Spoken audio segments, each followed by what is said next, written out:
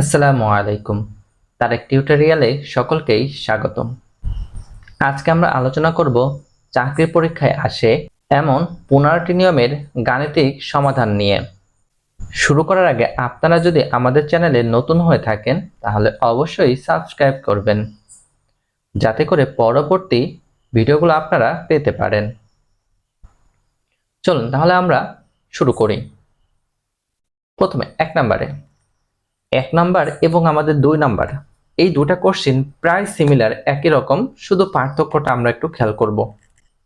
প্রথম কোশ্চেনটা আমরা এই দুটা নিয়মটা খুবই গুরুত্বপূর্ণ, যে কোন একটা চৌবাচ্চা নল দ্বারা পরিপূর্ণ আবার কি করা হয়, খালি করা হয়। এই ক্ষেত্রে আমরা জানি রিটেনে বা প্রিলিমিনারিতে আমাদের এই ধরনের কোশ্চেনটা প্রায় থাকে। এই ধরনের কোশ্চেনটা আমাদের প্রায় থাকে। তাহলে কি বলছে আমাদের 1 নাম্বার যদি আমরা একটু দেখি, একটি চৌবাচ্চা দুটি নল দ্বারা যথাক্রমে 20 মিনিটে এবং 30 মিনিটে পূর্ণ হতে পারে। নল দুটি একসঙ্গে খুলে দিলে চৌবাচ্চাটি কত সময়ে পূর্ণ হবে? তার মানে কত সময়ে পূর্ণ হবে, একটা নির্দিষ্ট সময় বের করতে বলছে। এখন সেক্ষেত্রে কি আমাদের প্রশ্নটা আমাদের দুটা দ্বারাই কি করতেছে, একই সাথে পূর্ণ করা এবং একসাথে খুলে দেওয়া হচ্ছে। এটা একটা ডিফারেন্স কোশ্চেন। আর একটা যদি আমরা খেয়াল করি, একটু আগে প্রশ্নটা একটু দেখে নিই। একটি নল দ্বারা একটি ড্রাম 32 মিনিটে পূর্ণ হয়, অপর একটি নল দ্বারা ড্রামটি 16 মিনিটে খালি হয়। একটু খেয়াল করব আমরা, এখানে আমাদের ডিফারেন্সটা হলো কি, একটা দ্বারা পূর্ণ হচ্ছে আবার অপরটা দ্বারা খালি হচ্ছে। আর এখানে আমাদের ডিফারেন্স, এখানেও প্রথমটা দ্বারা পূর্ণ হচ্ছে আবার দ্বিতীয়টা দ্বারাও পূর্ণ হচ্ছে। তার মানে আমাদের এখানে 1 নম্বর হলো গে উভয়টা দ্বারা পরিপূর্ণ, আর 2 নম্বরে হলো গে একটা দ্বারা পরিপূর্ণ করতেছে আর একটা দ্বারা খালি করতেছে। এই দুটা ডিফারেন্সটা আমরা খেয়াল রাখবো। তাহলে আমাদের দুইটা নির্ণয়ের জন্য সূত্র হলো গে, আমরা যদি একটু দেখে নিই, প্রথম নলের সময় ইনটু হলো গে দ্বিতীয় নলের সময় ডিভাইডেড বাই প্রথম নলের সময় প্লাস দ্বিতীয় নলের সময়। এই প্লাসটা হবে যদি উভয়টার দ্বারা পরিপূর্ণ হয়, কিন্তু যদি আমার একটা দ্বারা পরিপূর্ণ আর একটা দ্বারা যদি আমাদের কি হয়, খালি করা হয়, সেক্ষেত্রে আমাদের কি হবে, সূত্রটাতে মাইনাস হয়ে যাবে। এতটুকু কি আমাদের ডিফারেন্স রয়েছে। তাহলে আমরা এবার কি কাজ করেছি, এখানে শুধু প্রথম নলের সময় দ্বিতীয় নলের সময়, প্রথম নলের সময় দ্বিতীয় নলের সময় যোগ বিয়োগ করে আমরা যোগ করে ভাগ করলে আমরা কি পাই, একটা মান পেয়ে যাই। এখানেও সেম একই রকম ভাবে আমরা প্রথম নলের সময় দ্বিতীয় নলের সময়, আবার প্রথম নল যেহেতু আমাদের কি হয়েছে, খালি করেছে, খুলে দেওয়া হয়েছে, তাহলে কি হয়ে গেছে, বিয়োগ হয়ে গেছে। তাহলে বিয়োগ করার পরে আমরা যদি ভাগ করি একটা মান পাওয়া যাবে। এটাই কি আমাদের 1 এবং 2 এর অ্যান্সার। আশা করি আপনারা বুঝতে পারবেন এবং এই দুটা নিয়মটা খুব সুন্দরভাবে মনে রাখবেন, যাতে করে পরবর্তীতে আপনারা যে কোনো অঙ্কে এই ধরনের আসলে আপনারা করতে পারেন। 3 নাম্বার আমাদের বলছে 18 এবং 72 এর গুণোত্তর গড় কত? আমাদের বলছে গুণোত্তর গড় নির্ণয় করতে। তাহলে গুণোত্তর গড় নির্ণয়ের জন্য আমাদের কি কাজ করতে হবে, যে দুটা সংখ্যা রয়েছে এই দুটাকে ফার্স্ট আমরা কি করব, বর্গমূল করব। তাহলে বর্গমূল করলাম সংখ্যা দুটার। এবার ওই সংখ্যা দুটাকে যদি আমরা ভাঙানোর চেষ্টা করি, 18 কে কত লেখা যায়, 3 6 18, 72 কে আবার 3 6 18, আবার কত, 2 2 4। আমরা জানি 4 18 কত হয়, 72। এভাবে আমরা ভাঙায় লিখতে পারি। এখন আমরা দেখতে পাচ্ছি এখানে একটা 3, এখানে একটা 3 গুণ আকারে রয়েছে, তার মানে 3 এর স্কয়ার, 6 6 গুণ আকারে রয়েছে 6 এর স্কয়ার, 2 2 গুণ রয়েছে 2 এর স্কয়ার। আর আমরা জানি স্কয়ার রুট চলে যায়, থাকে কত, শুধুমাত্র 3 গুণ 6 গুণ 2, যা আমরা গুণ করলে একটা মান পাওয়া যায়। এটাই কি আমাদের কাঙ্ক্ষিত অ্যান্সার। 4 নাম্বার আমাদের বলছে একটি গাড়ির সামনের চাকার পরিধি 4 মিটার, পিছনের চাকার পরিধি 5 মিটার। তাহলে আমাদের কি বলছে, একটা গাড়ির দুটো চাকা, সামনের চাকার পরিধি হলো 4 মিটার, এটা হলো 4 মিটারের কথা বলছে, এবং পিছনেরটা একটু বড়, এটা হলো কত, এটা বলছে 5 মিটার এটা বলে দেওয়া আছে। গাড়িটি কত দূরত্ব অতিক্রম করলে সামনের চাকা পিছনের চাকা অপেক্ষা 200 বার বেশি ঘুরবে, মানে কতটা মিটার অতিক্রম করলে কি করবে, 200 বার বেশি ঘুরবে, এটা আমাদেরকে নির্ণয় করতে হবে। তাহলে সর্বপ্রথম আমাদের কি আছে, এই যে 4 এবং 5 যে পরিধিটা আছে তাদের কি কাজ করব, আমরা লসাগু করে নেব এবং লসাগু করে নেওয়ার পরে এবং তাদের ভিতরে কি কাজ করব, পার্থক্য নির্ণয় করব, মানে বিয়োগফল নির্ণয় করব। তাহলে আমরা দেখতে পাচ্ছি যদি একবার বেশি ঘুরলে অতিক্রম করে হলো কত মিটার, 18 মিটার। তাহলে 200 বার বেশি ঘুরলে কতটুকু অতিক্রম করে, তাহলে আমরা জানি কি হয়ে যাবে, গুণ হয়ে যাবে এত মিটার। তাহলে আমাদের কত, গুণ করলে 2 দুগুণে 4, 3টা শূন্য বসে গেছে, এত মিটারের অ্যান্সার হতে পারে। 8 বার যদি কিলোমিটার আকারে থাকে অ্যান্সারটা, তাহলে আমরা 1000 দ্বারা ভাগ করলে কি পাই, আমরা এটাকে 1000 দ্বারা ভাগ করেছি। 1000 দ্বারা ভাগ করলে কত পাওয়া যায়, 4 কিলোমিটার। আমাদের যে অ্যান্সারে থাকবে আমাদের সেই অ্যান্সারটা করতে হবে। তো আমাদের এখানে সংখ্যাটা কি হয়, পরিবর্তন হতে পারে, 4 5 2 3 4 যে কোনো একটা সংখ্যা হতে পারে, আমরা খেয়াল রাখবো। 5 নাম্বার আমাদের বলছে টাকায় 6টি ক্রয় করে টাকায় কয়টি বিক্রয় করলে 20% লাভ হবে। খুবই গুরুত্বপূর্ণ একটা অঙ্ক, যে আমরা এই ক্রয় বিক্রয় থেকে আমরা জানি প্রতি পরীক্ষাতেই বলতে গেলে একটা কোশ্চেন থাকেই। তাহলে আমাদের টাকায় 6টি ক্রয় করে, তাহলে আমরা 1 টাকায় কয়টি করেছি, 6টি ক্রয় করেছি। তাহলে টাকায় কয়টি বিক্রয় করলে 20% লাভ হতো। তাহলে 20% কয়টি বিক্রয় করলে এই সংখ্যাটা নির্ণয় করতে হবে। তাহলে আমাদের 20% লাভে, তার মানে কত টাকা, তাহলে 100 যোগ কত, 20, তার মানে টোটালে কত, 120 টাকা। তাহলে 6টির ক্রয় মূল্য কত ছিল, যদি আমরা জানি 6টির ক্রয় মূল্য ছিল 1 টাকা। তাহলে একটির ক্রয় মূল্য কত, কম হলে কি হয়ে যায়, আমরা জানি ভাগ হয়ে যায়। এবার আমরা যদি দেখি ক্রয় মূল্য 100 টাকা হলে বিক্রয় মূল্য কত হবে, অবশ্যই 100, যেহেতু আমাদের কত বলছে, 20% লাভের কথা বলছে। তাহলে 100 টাকা হলে বিক্রয় কত, 120 টাকা। তাহলে ক্রয় যদি আমাদের 1 টাকা হলে বিক্রয় কত হবে, 120/100 ভাগ হয়ে গেছে। আবার যদি আমাদের বলা হয়েছে যে এই টাকাটা আমরা পেয়েছিলাম 1/6 টাকা হলে, যদি ক্রয় মূল্য 1/6 টাকা হয়, সেক্ষেত্রে আমাদের বিক্রয় মূল্যটা কত হবে, আমাদের এটা কি হয়ে গেছে, গুণ হয়ে গেছে। তাহলে এটা যদি আমরা কাটাকাটি করি তাহলে আমরা কি পাবো, একটা মান পাওয়া যাবে। তাহলে মানটা কত, 1/5 এত টাকা। সুতরাং আমরা বলতে পারি 1/5 টাকায় বিক্রয় করতে হবে কয়টি, একটি। তাহলে 1 টাকায় কয়টি বিক্রয় করতে হবে, তাহলে এটা কি হয়ে গেছে, ভাগ হয়ে গেছে, ভাগ হলে কি হয়, উল্টে যায়। তাহলে 1/, কত, যে 1/1/5, 1/5 এটা তখন কি হয়ে যায়, উল্টে যায়। তাহলে উপরেরটা যা আছে থেকে যায়, নিচেরটা উল্টে যায়, উপরেরটা নিচে, নিচেরটা উপরে, তখন এটা কি হয়ে যাবে, গুণ হয়ে যায়।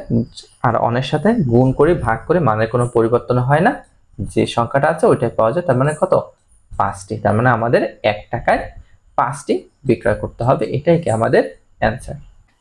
6 নাম্বার আমাদের বলছে 50 মিটার দৈর্ঘ্য এবং 40 মিটার প্রস্থ বিশিষ্ট একটি মাঠের ঠিক মাঝ দিয়ে আড়াআড়িভাবে 3 মিটার চওড়া দুটি রাস্তা আছে। রাস্তা দুটির মোট ক্ষেত্রফল কত। তাহলে আমাদের কি কাজ করতে বলছে, রাস্তার দুটির ক্ষেত্রফল নির্ণয় করতে বলছে। আমরা যদি একটু চিন্তা করি, এখানে যে আমাদের একটা মাঠ যদি আমরা কল্পনা করি, তাহলে একটা মাঠ রয়েছে এবং তাদের মাঝখান দিয়ে কিভাবে দুই পাশে দুইটা রাস্তা রয়েছে। কারণ আমাদের বলছে এই রাস্তার ক্ষেত্রফলটা কত, এটা নির্ণয় করতে হবে। তা আমাদের কি দেওয়া আছে, আমাদের মাঠের দৈর্ঘ্য দেওয়া আছে, প্রস্থের দৈর্ঘ্য দেওয়া আছে এবং রাস্তা কতটুকু চওড়া এটা দেওয়া আছে। তাহলে আমরা যাই, এখানে বাগানের হবে না, এখানে হবে মাঠের, এখানে মাঠের হবে,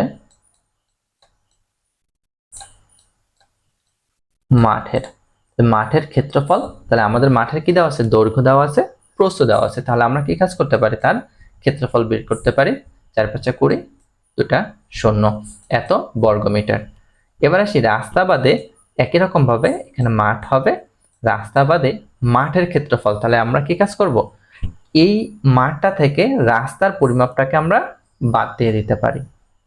তাহলে রাস্তা কতটুকু ছিল, দৈর্ঘ্য ছিল 3 মিটার, দুইটা রাস্তা দুই পাশ দিয়ে দৈর্ঘ্য এবং প্রস্থ থেকে একই রকম ভাবে আমরা রাস্তাটাকে বাদ দিয়ে দিলাম। বাদ দিয়ে যদি আমরা তাদের মাঝ কি করি, গুণ করি, তাহলে একটা মান পাওয়া যাবে।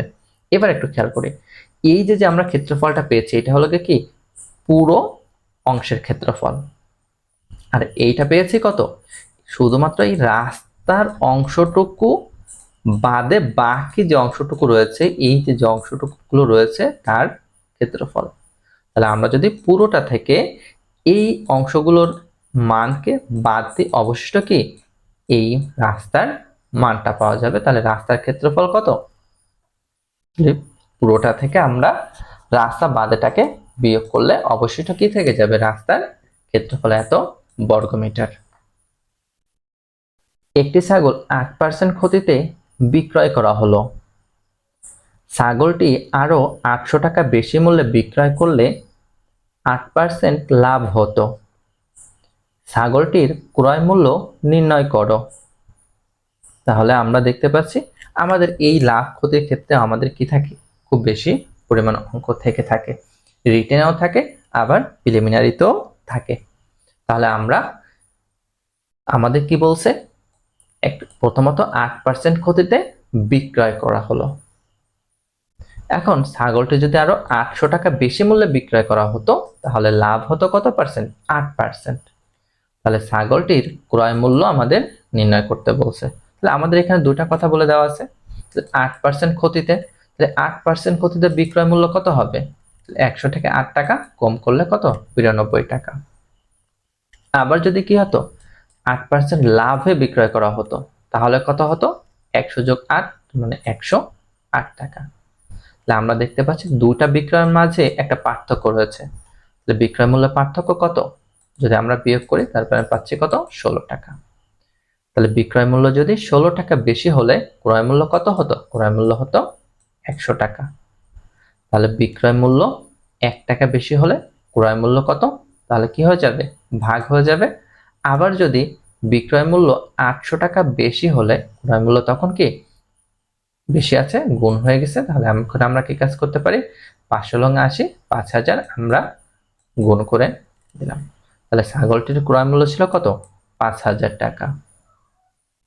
100 থেকে 200 এর মধ্যে 3 দ্বারা বিভাজ্য সংখ্যা কতটি। আমাদের এখানে ডিফারেন্ট আসতে পারে যে 200 থেকে 500 এর মধ্যে বিভাজ্য যে 7 দ্বারা হতে পারে, 5 দ্বারা হতে পারে, 3 দ্বারা হতে পারে। এই অঙ্কটাও আমাদের কি প্রায় যে এটা বেশি আমাদের আসে এমসিকিউ পরীক্ষাতে। এমসিকিউতে আমাদের বিভিন্ন সংখ্যা দিয়ে দেয় এবং বলে দেয় যে এটা 3 দ্বারা বিভাজ্য সংখ্যা কয়টি আছে, 7 দ্বারা আছে কয়টি, 2 দ্বারা কয়টি রয়েছে, 9 দ্বারা কয়টি রয়েছে, এরকম আমাদের বিভিন্নভাবে বলে থাকে। তাহলে আমরা শুরু করি।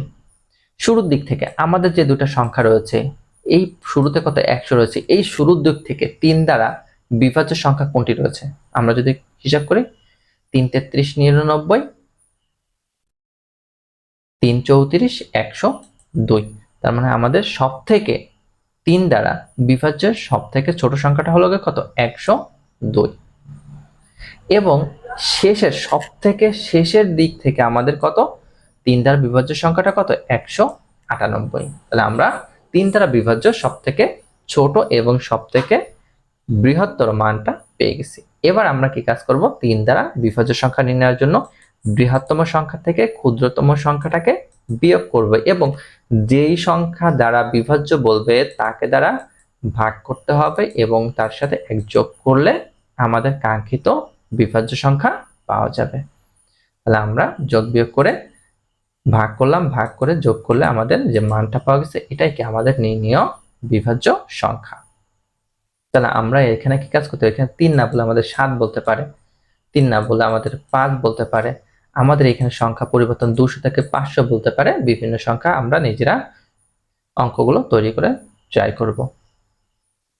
72 এর মোট কতটি ভাজক আছে।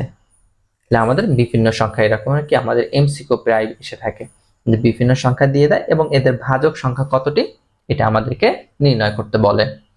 তাহলে আমাদের 72-এর ভাজক সর্বপ্রথম আমাকে কি কাজ করতে হবে, এটা লসাগুকে নির্ণয় করতে হবে। তাহলে আমরা 72-এর লসাগু নির্ণয় করলাম। লসাগু নির্ণয় থেকে আমরা দেখতে পাচ্ছি এখানে কয়টা লসাগু করলে 3টা, 2 গুণাকার আছে তার মানে 2 এর পাওয়ার কত 3, আবার কয়টা 2টা রয়েছে 3, তাহলে 3 এর পাওয়ার কত 2। তাহলে আমাদের হলো গিয়ে মূলত কাজ ভাজক সংখ্যা নির্ণয় করতে হলো গিয়ে পাওয়ারের সাথে প্রত্যেকটার পাওয়ারের সাথে 1 যোগ করে সেই পাওয়ারের মানগুলোকে গুণ করতে হবে। এটা এইভাবে আমরা কি কাজ করব, ভাজকটাকে নির্ণয় করি। তাহলে আমাদের এখানে পাওয়ার রয়েছে কত 3, তার সাথে 1 যোগ করলাম, এখানে রয়েছে কত 2, তার সাথে 1 যোগ করে এবং দুটার মাঝে কি করব গুণ করে দেব।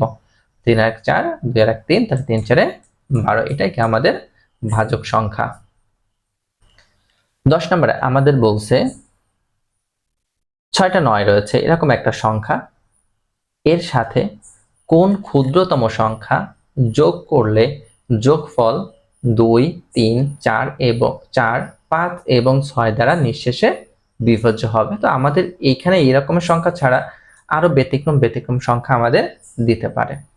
তাহলে আমাদের যে সংখ্যাগুলো দেওয়া আছে সর্বপ্রথম আমরা এই সংখ্যাগুলোর কি কাজ করব, লসাগু নির্ণয় করব। তো আমরা এটাকে লসাগু নির্ণয় করতে পারি, আমরা এটাকে কাজ করব ফার্স্টে 2 দ্বারা করতে পারি, তার মানে 2 দ্বারা করলে 1, 3 থেকে যাবে, আবার কত 4 কে যদি করা হয় পাওয়া যাবে 2, 5 থেকে যাবে 6 কে করলে কত পাওয়া যাবে 3 পাওয়া যায়। আবার এটাকে যদি আমরা কি কাজ করি 3 দ্বারা করি, আমরা জানি 3 দ্বারা করলে এখানে 1 পাবো, এখানেও 1 পাবো। এবার এই সবগুলোকে গুণ করলে তার মান পাওয়া যাবে কত 60। এইভাবে আমরা কি কাজ করেছি লসাগু করে নিলাম। এবার এই লসাগুর মানটাকে যে সংখ্যাটা থাকবে তারকে ভাগ করতে হবে, তাহলে ভাগ করলে কি আমরা একটা মান পাওয়া যাচ্ছে। এখন ভাগ করলে যে মানটা পেলাম কিন্তু ভাগশেষ সর্বশেষ একটা মান পাওয়া গেছে, এটা কত 39 রয়েছে। এই সর্বশেষ মানটাকে আমাদের লসাগু যে মানটা পেয়েছি সেই মান থেকে বিয়োগ করলে পরে আমরা পাবো আমাদের কাঙ্ক্ষিত নিঃশেষে যে বিভাজ্য হবে, যে কোন ক্ষুদ্রতম সংখ্যা যোগ করলে সেই সংখ্যাটা পাওয়া যাবে, এটা কত 21। এখানে আমাদের বিভিন্ন সংখ্যা থাকতে পারে এবং আমাদের বিভিন্ন সংখ্যা চলে আসবে। 11 নম্বর, ময়ূর ও হরিণ একত্রে 80টি, কিন্তু তাদের মোট পায়ের সংখ্যা 200টি। কয়টি ময়ূর রয়েছে? তো আমরা জানি ময়ূর ও হরিণ কথা বলছে, ময়ূরের পা হলো 2টি এবং হরিণের পা হলো কয়টি 4টি। একত্রে হরিণ এবং ময়ূর আছে 80টি, কিন্তু তাদের পায়ের সংখ্যা হলো 200টি। আমাদের বলছে ময়ূর কতটি, তাহলে আমরা তো জানি না ময়ূর কতটি, তাহলে ধরে নিলাম ময়ূর হলো কত xটি। তাহলে হরিণ কতটি হবে, মানে এই 80 হলো মোট থেকে যদি আমরা ময়ূরকে বাদ দিই তাহলে অবশিষ্ট কত থাকবে হরিণ থাকবে। এখন তাহলে আমাদের প্রশ্ন মতে ময়ূর মানে কত 2x, তার সাথে কত 2 গুণ করলে কত তার পায়ের সংখ্যা পাওয়া যাবে। আবার হরিণের পা কয়টা 4টা, তাহলে হরিণের সংখ্যার সাথে 4 গুণ করলে তার পায়ের সংখ্যা পাওয়া যাবে। তাহলে দুটাকে যদি আমরা যোগ করি যোগফলের মান কত মোট পায়ের সংখ্যা। এখন আমাদের কি কাজ এটাকে সমাধান করা, তার মানে 4 দ্বারা ফার্স্টে কি করলাম গুণ করে দিলাম, যা আছে বসে গেল। এবার কত 320 কে এই পাশে নিয়ে আসলাম, মাইনাস হয়ে গেছে এবং 4টা থেকে 2টা চলে গেলে -2x। এভাবে আমরা কি কাজ করেছি ভাগ করে একটা x এর মান পাওয়া গেছে, এটাই কি ময়ূরের সংখ্যা। 12 নাম্বার, একটি জারে দুধ ও পানির অনুপাত 5:1, দুধের পরিমাণ যদি পানি অপেক্ষা 8 লিটার বেশি হয় তবে পানির পরিমাণ কত লিটার? তাহলে আমাদের পানির পরিমাণ কত লিটার এটা নির্ণয় করতে বলছে। তাহলে সমাধানে অনুপাত ধরে ফার্স্টে আমাদের যে অনুপাত রয়েছে তাদের বিয়োগফল। তাহলে আমাদের বলছে দুধের পরিমাণ যদি 4 লিটার হলে পানি কতটুকু, পানি হলো 1 লিটার রয়েছে। তাহলে আমাদের দুধের পরিমাণ যদি 1 লিটার হয়, কম হলে কি হয়ে যাবে ভাগ হয়ে যাবে। এখন আমাদের বলছে দুধের পরিমাণ যদি 8 লিটার হয় তাহলে পানি কতটুকু হবে, তাহলে 8 কি বেশি হয়েছে, তাহলে আমাদের কি হয়ে যাবে গুণ হয়ে যাবে এবং কাটাকাটি করলে একটা মান পাওয়া গেছে কত 2 লিটার, এটাই কি আমাদের পানির পরিমাণ। 8 জন লোক একটি কাজ 12 দিনে করতে পারে। 2 জন লোক কমিয়ে দিলে কাজটি সমাধান করতে শতকরা কতদিন বেশি লাগবে? তাহলে আমাদের 8 জনে করে কত দিনে? একটি কাজ করে 12 দিনে। আমাদের কি বলছে? 2 জন কমিয়ে দেওয়া, কমিয়ে দিলে কি হয়ে যাবে? 8 জন থেকে 6 জন হয়ে যাবে। তাহলে 6 জনে যদি করে সেই কাজটি, তাহলে শতকরা কতদিন বেশি লাগবে? তো আমাদের শতকরা একটা মান বের করতে বলছে। তাহলে আমরা যদি সমাধানে চলে যাই, 8 জনে একটি কাজ করে কত দিনে? 12 দিনে। তাহলে একজনে কত দিনে করবে? তাহলে একজনে কাজটি করতে আরো বেশি দিন সময় লাগবে। তাহলে আমাদের কত গুণ হয়ে যাবে। এবার 6 জনে যদি করে, তার মানে 6 জনে কি একটু কম লাগবে একের তুলনায়, তাহলে কি হয়ে যাবে? কম লাগলে ভাগ হয়ে যাবে, ভাগ করলে একটা মান পাওয়া যায়, এটাই কি আমাদের 6 জনে। তাহলে 8 জন এবং 6 জনের যে বেশি লাগে, কতটুকু পরিমাণ বেশি লাগে? তার মানে 6 জন আর 8 জনের ভিতরে ডিফারেন্স কত? 4 দিন আমাদের কি লাগবে? আরো বেশি লাগবে। তাহলে আমরা যদি দেখি 12 দিন বেশি লাগে হলো কত দিনে? 4 দিন। 12 দিনে বেশি লাগতেছে 4 দিন। তাহলে একদিন হলো কি হয়ে যাবে? অবশ্যই ভাগ হয়ে যাবে। তাহলে আমাদের বলছে শতকরা নির্ণয় করতে। তাহলে 100 দিনে বেশি লাগে কত দিন? তাহলে 100 কি হয়ে যাবে? বেশি হলে গুণ হয়ে গেল। এবার আমরা ভাগ করে মান পেয়েছি, এটাই কি আমাদের কাঙ্ক্ষিত অ্যান্সার। 14 নম্বরে, দুটি সংখ্যার অনুপাত 5:6 এবং তাদের গসাগু 4 হলে সংখ্যা দুটির লসাগু কত? তাহলে আমাদের বলছে লসাগু আমাদের কি দেওয়া আছে? দুটো সংখ্যার অনুপাত দেওয়া আছে এবং গসাগু দেওয়া আছে। তাহলে আমরা লসাগু নির্ণয় সূত্র হলো যে সংখ্যাগুলোর অনুপাত রয়েছে তাদের গুণফল ইনটু কি? গসাগু। তাহলে আমরা অনুপাতের গুণফল 5:6 ছিল, তাহলে 5 গুণ 6 গুণফল কত? গসাগু। তাহলে গসাগু কত? 4। এটা গুণ করলে একটা মান পাওয়া যায়, এটাই কি আমাদের কাঙ্ক্ষিত অ্যান্সার। এই সূত্র থেকে আমরা কি কাজ করতে পারি? আমাদের যদি গসাগু নির্ণয় করতে বলে, তাহলে এই সংখ্যাটা কি হয়ে যাবে? এর পাশে চলে আসলে ভাগ হয়ে যাবে। আবার যদি অনুপাত বের করতে বলে, তখন আবার কি হয়ে যাবে? লসাগু বাই গসাগু করলে আমাদের কি পাওয়া যাবে? একটা মান পাওয়া যাবে। তার মানে একটা সূত্র থেকে আমরা লসাগু, গসাগু এবং অনুপাত বের করতে পারি। তো সূত্রটাকে আমরা সুন্দর করে মুখস্থ রাখবো। 15 নাম্বার আমাদের বলছে 2/5 এবং 5/9 এর গসাগু কত? না, আমাদের এখানে দুইটা ভগ্নাংশ রয়েছে। এই ভগ্নাংশ দুটার ভগ্নাংশের ক্ষেত্রে তাদের গসাগু কিভাবে আমরা নির্ণয় করতে পারি? তাহলে আমরা ভগ্নাংশ দুটা, প্রথমটা এবং দ্বিতীয়টা ভগ্নাংশ রয়েছে, এদের ক্ষেত্রে যদি আমরা চিন্তা করি, ভগ্নাংশের ক্ষেত্রে লব আছে এবং হর আছে। তাহলে আমাদের লব 2, এখানে লব কত? 5। এত এর গসাগু যদি আমরা নির্ণয় করি 2 এবং 5, প্রথমে হলো কি? লবের গসাগু হরের হয় লসাগু। খেয়াল রাখবো, লবের গসাগু হরের লসাগু করলে যে মানটা পাওয়া যাবে, তাহলে গসাগু নির্ণয় সূত্র কি? লবগুলোর গসাগু বাই হলো হরগুলোর লসাগু। যা আছে মানটা বসিয়ে দিলাম, অ্যান্সার হয়ে গেল সুন্দর করে। আশা করি আপনারা বুঝতে পারবেন। আবারও আপনারা যদি আমাদের চ্যানেলে নতুন হয়ে থাকেন, তাহলে অবশ্যই সাবস্ক্রাইব করবেন। আর যদি ইতিমধ্যে সাবস্ক্রাইব করে থাকেন, তাহলে আপনাদের সকলকেই মোস্ট ওয়েলকাম। আপনাদের সকলের সুস্থতা কামনা করে শেষ করছি। আসসালামু আলাইকুম।